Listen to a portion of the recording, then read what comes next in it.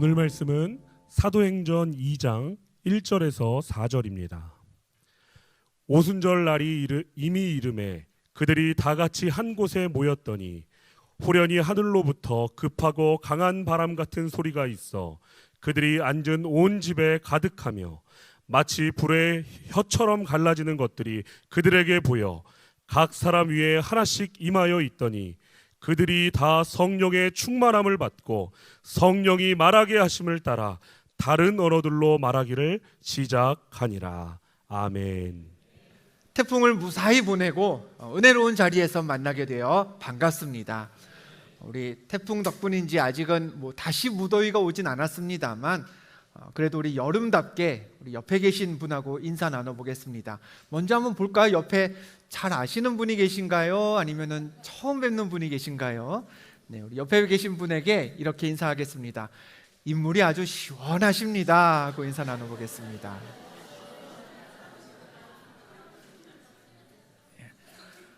안타깝네요. 제 옆에는 아무도 안 계시네요. 네. 고린도전서를 보면 바울이 동역자 몇 명을 소개하면서 그들이 나와 너희 마음을 시원하게 했다라는 표현을 기록하고 있습니다. 여러분도 이 여름에 누구에게나 죽게 하듯 대하면서 하나님과 사람의 마음을 시원케 하는 그런 주님의 자녀 되시기를 축복합니다.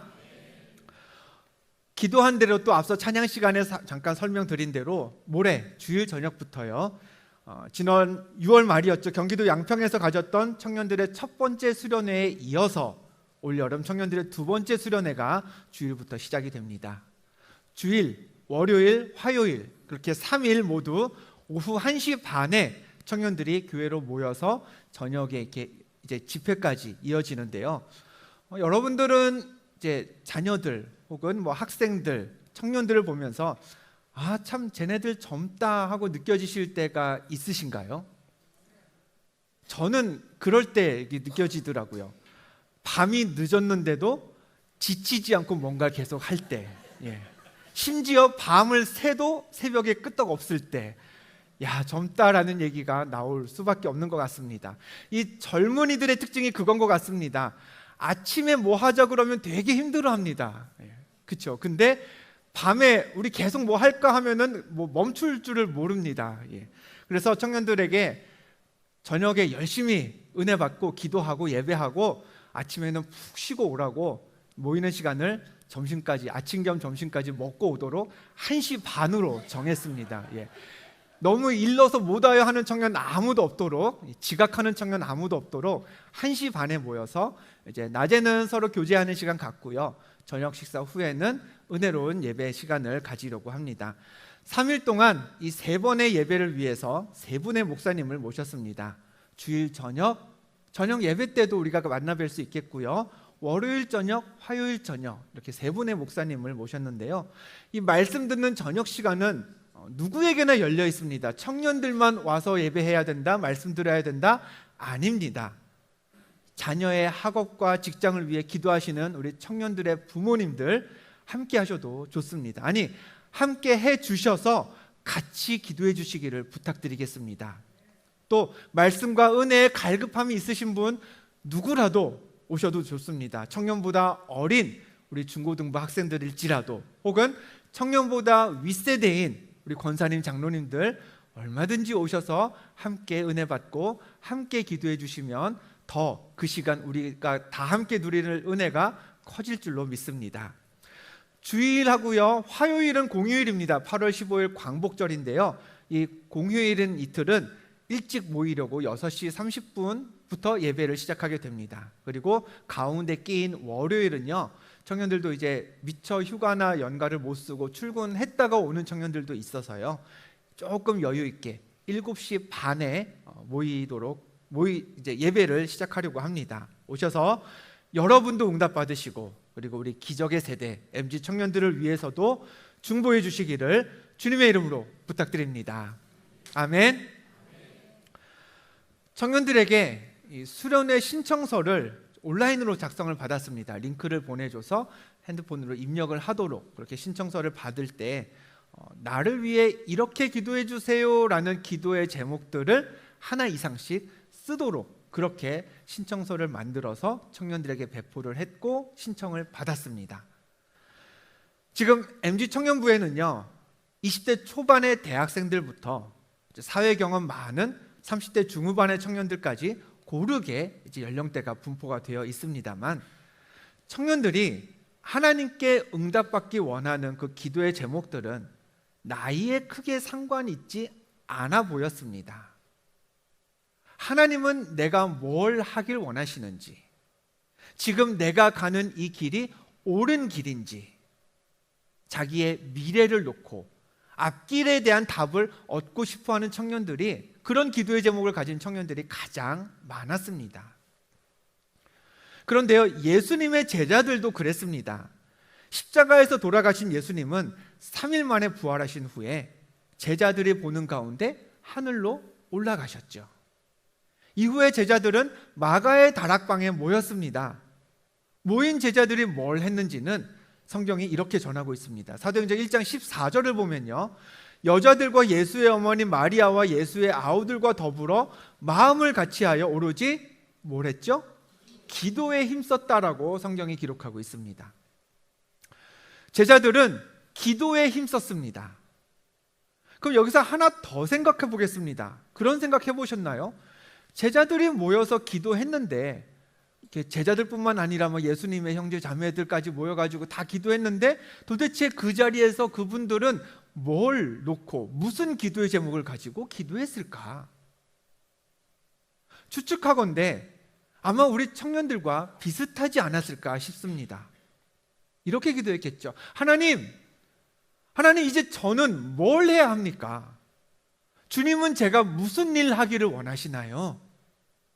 제가 여기 예루살렘에 있어야 합니까? 아니면 고향 갈릴리로 돌아가야 하는 겁니까? 제가 잘하는 고기잡이 일을 다시 해야 될까요? 아니면 예수님의 부활 소식을 전하는 일에 평생을 걸어야 될까요? 제자들이 예수님 만나기 전까지 다 각자의 삶을 살았습니다. 그러다가 예수님을 만나서 부르심을 받았죠. 예수님과 함께 먹고 자면서 온갖 기적들과 예수님의 귀한 말씀들을 다 배웠습니다.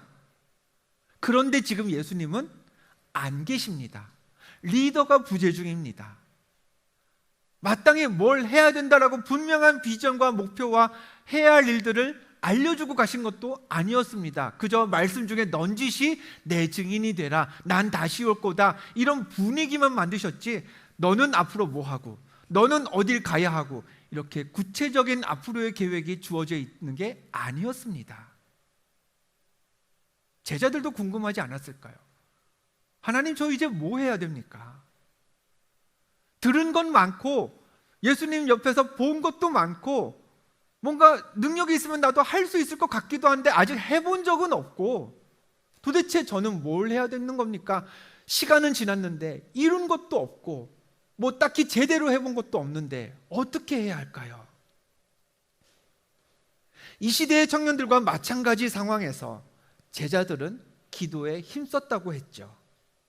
그때 제자들의 기도에 힘쓴 때는 오순절이었고요. 그날 성령께서 제자들 가운데 임하셨습니다. 제자들은 성령으로 충만해졌습니다. 그리고 이전과 다른 사람이 되었죠. 예수 그리스도의 증인으로 사는 일에 인생을 걸었고요. 그런 그들이 복음을 전하는 곳마다 거듭난 사람들이 생기면서 교회가 그렇게 시작되었습니다. 뭘 해야 할지 알지 못하는 제자들이었지만 성령의 임재를 경험하니까요, 제자들이 어떤 길을 가야 할지를 분명히 깨달았던 거죠. 갈 길이 확실해졌던 겁니다. 이와 같이 성령이 우리에게 임하면 나타나는 변화는 이겁니다. 우리의 가야 할 길이 분명해진다는 겁니다. 성령으로 충만해지면 비전에 대한, 내 미래에 대한 확신이 있습니다. 생깁니다. 그러므로 우리 청년들이 앞길에 대한 답을 얻기 위해, 또 자신의 미래를 두고 기도에 응답받는 그런 수련회가 되기 위해, 거기다 여기 계신 모든 성도님들이 확실한 하나님의 음성을 의지해서 앞으로의 살아갈 길들을 주님 의지하며 걷기 위해 우리도 선행되어야 할 일이 오늘 말씀에 기록되어 있는 거죠. 성령의 임재를 경험해야 합니다. 오늘 말씀의 제목처럼 오순절 그날의 뜨겁고 은혜로운 역사가 오늘도 일어나야 하는 이유가 여기에 있는 겁니다. 그래서 오늘은 오순절 마가의 다락방에서 있었던 일을 한번 자세히 살펴보려고 합니다. 먼저 본문 2절을 우리 소리내어 같이 읽어보겠습니다. 시작. 호련히 하늘로부터 급하고 그들이 앉은 온 집에 가득하며. 아멘. 제자들이 모인 집에 성령께서 어떻게 오셨다고 기록되어 있나요? 하늘로부터 소리가 있었다고 했습니다. 성령은요, 조용히 아무도 모르게 오시는 게 아닙니다. 우리가 분명하게 성령께서 오셨구나 라고 알아챌 수 있도록 소리와 함께 임하십니다. 오래전에 아담과 하와가 에덴 동산에서 선악과를 따먹은 후에요, 둘은 벌거벗은 자신들의 몸을 가렸습니다. 그리고 그 순간 하나님이 반응하셨죠. 창세기 3장의 말씀입니다. 그들이 그날 바람이 불 때 동산에 거니시는 여호와 하나님의 소리를 듣고 아담과 그의 아내가 여호와 하나님의 낯을 피하여 동산 나무 사이에 숨은지라 했죠. 두 사람이 뭘 들었나요? 하나님의 소리를 들었습니다. 하나님의 어떤 소리를 들었을까요? 막 의미 없는 막 이런 소리가 아니었을 겁니다. 아담과 하와에게 말씀하시는 하나님의 소리를 들었습니다. 구약에서요, 하나님의 소리, 하나님의 목소리라 함은 곧 하나님의 말씀을 상징합니다. 대표적인 예가요, 선지자 엘리야가 하나님을 만났을 때입니다. 자신의 목숨을 노리는 아합 왕과 이세벨을 피해서 엘리야가요, 호렙산이라는 곳으로 멀리 도망갔습니다. 그때 엘리야 앞에 큰 지진이 일어났는데요, 엘리야는 그 지진 가운데에서 하나님을 발견할 수가 없었습니다. 지진 후에는 큰 불이 났습니다. 엘리야는 근데 그 불 가운데서도 하나님을 찾지 못했습니다. 그리고 지진과 불 이후에 이어지는 장면을 성경은 이렇게 기록합니다. 불 후에 세미한 소리가 있는지라. 소리가 그에게 임하여 이르시되 엘리야야 내가 어찌하여 여기 있느냐. 엘리야가 어디서 하나님을 만났나요? 지진, 불 아니었습니다. 세밀한 아주 작고 미세한 소리 중에 말씀하시는 하나님의 음성을 들었다고 했습니다. 이처럼 성령 하나님은요, 우리에게 소리로 임하십니다. 소리와 함께 우리에게 오십니다. 그런데 그 소리는 한 번도 들어보지 못한 기이한 소리가 아닙니다. 우리에게 아주 익숙한 소리, 곧 하나님의 말씀으로 우리에게 들려집니다. 그러므로 성령의 임재를 기대하는 우리는 먼저 하나님 말씀에 귀를 기울여야 합니다.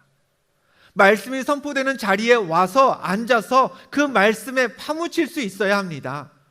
말씀을 들을 준비가 된 우리에게 말씀이 곧 하나님의 소리가 되어서 우리를 하나님의 영으로 가득 채우실 줄로 믿습니다. 마가의 다락방에 모인 제자들은요, 그렇게 소리로 성령을 만났습니다. 그런데 그 소리에는 특징이 있었습니다. 본문 2절 말씀을 화면에 보시죠. 우리 같이 한번 읽어보겠습니다. 시작. 호련히 하늘로부터 급하고 강한 바람 같은 소리가 있어 그들이 앉은 온 집에 가득하며 했습니다. 제자들이 만난 소리는요, 어떤 소리였나요? 급하고 강한 바람 같은 소리였습니다. 잠깐 우리 노아의 시대로, 창세기 시대로 거슬러 올라가 볼까요? 노아도 하나님의 소리, 곧 하나님의 말씀을 들었습니다. 무슨 말씀이었나요? 방주를 만들어라, 내가 세상을 멸할 것이다, 심판할 것이다 라는 말씀이었죠. 그 말씀을 듣고 노아는 방주를 만들기 시작했습니다. 근데 아시나요? 노아가 만든 방주와 우리가 흔히 생각하는 배에는 큰 차이가 있습니다. 배에는 방향을 조절할 때 뭘 써야 되죠? 키라 그러죠. 핸들인데 뾰족뾰족 손잡이들이 여러 개 달린 그 키를 돌리면서 배의 방향을 조절하게 됩니다. 근데 방주는요, 키가 존재하지 않습니다. 그 얘기인즉 구조적으로 배 내부에서 어디로 가야 할지를 내부에 있는 사람들이 조정할 수 없다는 뜻입니다. 노아가 만든 방주는 애초부터 노아 자신이 운행할 수 있는 구조가 아니었습니다. 배 외부에서 하나님이 이끄셔야 했던 거죠. 그럼 하나님은 그 방주를 어떻게 이끄셨을까요? 어떻게 움직이셨을까요? 창세기 8장에 이런 말씀이 있습니다.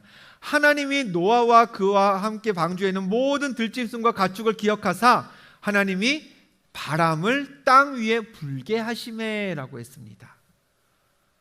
하나님 방주를 손가락으로 이렇게 집어서 여기 가자 이러셨던 거 아니었죠. 바람으로 방주를 조종하셨습니다. 바람으로 하나님은 방주의 길을 인도하셨습니다. 그렇게 바람에 따라 이끌림 받던 방주는요, 창세기 8장 4절을 보면 하나님이 불게 하신 그 바람 때문에 정확하게 아라랏산에 도달하게 되었습니다. 즉 앞서 살펴본 대로 성령은 우리에게 소리로 우리에게 임하시죠. 그런데 그 소리는 어떤 소리요? 바람 같은 소리입니다. 노아의 방주를 이끌었던 그 하나님의 바람처럼 바람 같은 소리로 성령님이 우리에게 임하시면 우리의 길을 그 성령께서 인도하시기 시작하는 겁니다. 그래서 제자들도 그랬죠. 성령으로 충만해진 이후에는 자기들이 어디로 가야 할지, 무슨 일을 해야 할지 더 이상 고민할 필요가 없었습니다. 성령께서 바람같이 인도하시기 때문에 성령께서 말하게 하신 것을 말하기 시작했고 성령께서 보내신 것으로 갔던 것이죠. 바람으로 노아의 방주를 인도하셨던 하나님께서 우리에게도 바람 같은 성령, 인도하시고 이끄시는 성령을 가득 부어주실 줄로 믿습니다. 그 성령을 따를 때 우리가 가는 길이 하나님 보여주신 옳은 길이 될 줄 또한 믿습니다. 성령의 임재는요, 이렇게 바람 같은 소리, 청각적인 특징, 이게 전부가 아니었습니다. 본문 3절 우리 같이 읽어보죠. 마치 불의 혀처럼 갈라지는 것들이 그들에게 보여 각 사람 위에 하나씩 임하여 있더니. 아멘. 제자들은요, 성령을 바람 같은 소리로 들었을 뿐 아니라 눈으로도 보았습니다. 불의 혀처럼 갈라지는 모양을 보았죠. 선지자 이사야를 한번 소환해 보겠습니다. 이사야가요, 환상 중에 하나님을 배웠을 때 그의 첫 반응이 이랬습니다. 이사야 6장을 보면요, 나는 입술이 부정한 사람이요, 나는 입술이 부정한 백성 중에 거주하면서 만군의 여호와이신 왕을 배웠음이로다 라고 했습니다. 어떡하지?